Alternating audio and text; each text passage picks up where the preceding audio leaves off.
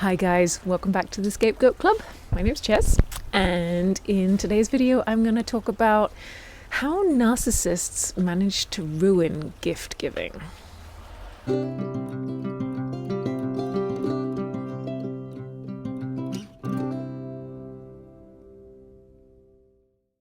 Hey folks, so thanks for tuning in again, and I was just thinking about how narcissists can manage to ruin giving gifts. And giving gifts, to me, I've now come to realize it's a really, really great thing about being human. The ability to give something to someone wholeheartedly and without wanting anything in return is actually a very freeing and a very self-affirming thing to do. And then having that person appreciate and seeing maybe some joy or some appreciation or some happiness in return, it really is truly it's a wonderful, wonderful thing to have in our lives. But I didn't know this for so long because of the difficult family I have. So as usual, my disclaimer is that I don't know that anybody I'm talking about is clinically narcissistic, but a lot of the behaviors I've seen I do fit into the narcissistic pool. So that's why I'm going to talk about it. And so for me, narcissists can ruin the gift giving from both sides, whether they're giving or they're receiving. And I have talked a little bit about receiving in the past, so I'll just touch on that. But I really want to get into the challenge of giving to narcissists. So on the receiving side, I just always feel like that when I'm given something by someone narcissistic, that I owe them.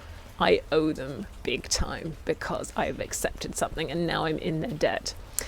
And then there's always the having to be extremely grateful, the immense gratitude for the gift.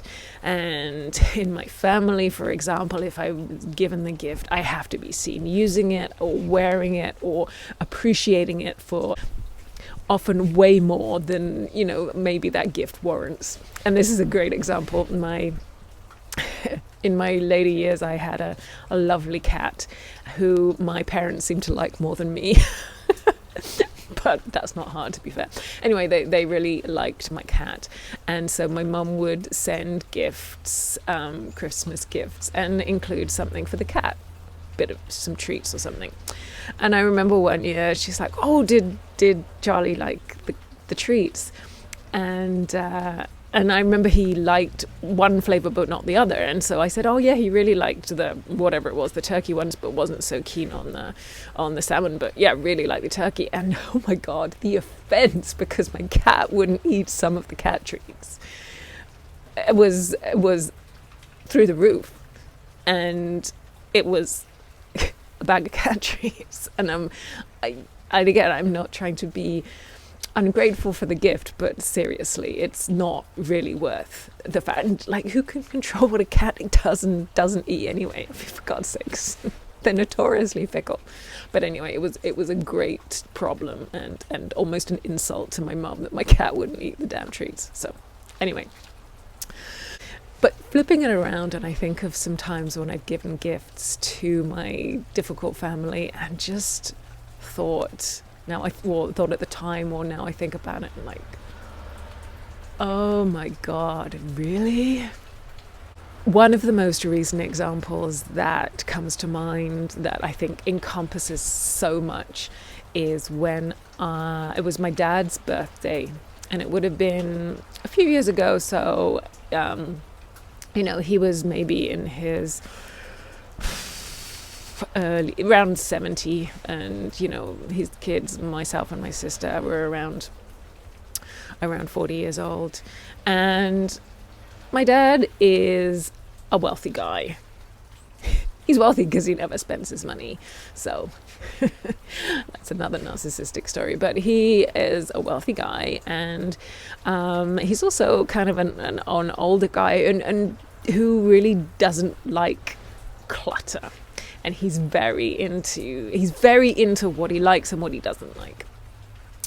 very, very difficult to buy for. And because I live overseas from them, and I had done for several years, and shipping has become really, really expensive. So it was becoming really difficult to actually find the gifts. And at one point I'd sent a book that I thought he would enjoy because he likes reading, and he's quite, he likes to think of himself as an intellectual. And I'd brought a book that I thought actually was written by a local author to where I live. And, he's kind of curious about those kinds of things. So why wouldn't I send this book? Anyway, I sent the book, and I guess on reflection, it was coming from, I didn't even see it as political, but when I look at it now from the reaction I got, that it was more like, it didn't align with the political views that my dad has. And it was actually about environmental stuff. So again, maybe that's the thing, but anyway, so I sent the book, and his response was quite negative. He talked a lot about how, the problems that he saw with the book. And after that, I can't remember if it was at that time or after that, he's called me a communist. Sorry. That's how bad it gets.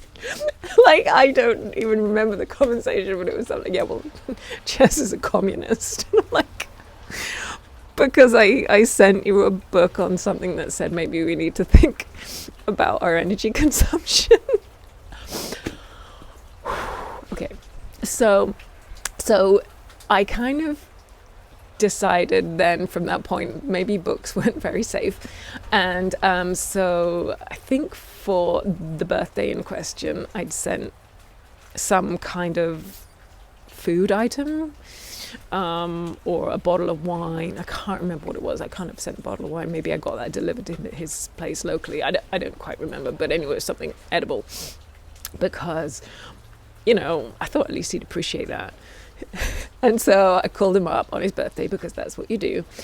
And I was like, "How was your birthday, Dad?" And he was just like, "Well, it was fine, except that both of my daughters have obviously decided that I'm very difficult to buy for, and all I got was wine."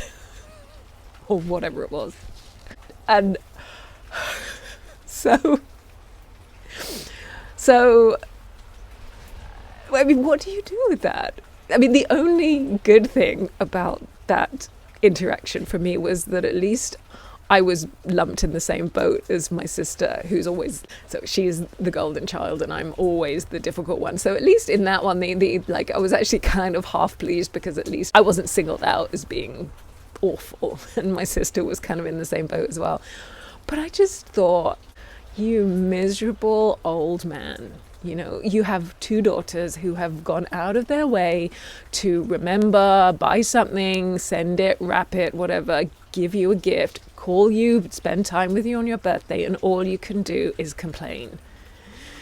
And it was probably, I can't even imagine that he didn't even like the wine. I guess it was just that part of his ego that was just, it wasn't thoughtful enough. There wasn't enough behind the gift.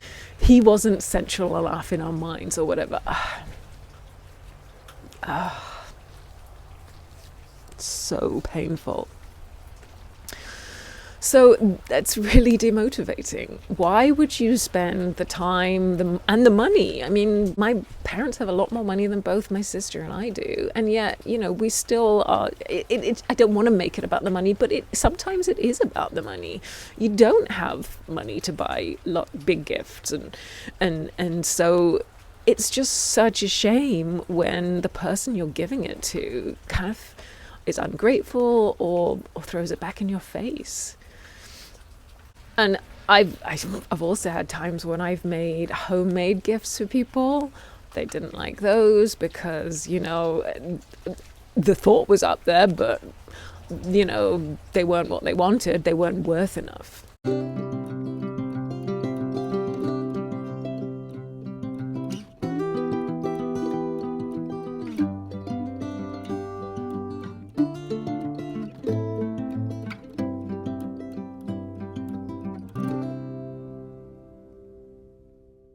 And so when I think about the problem of giving a narcissist the gift, there's the first problem is that it isn't worth enough, or it might not be the right thing, and so that can be thrown back at you.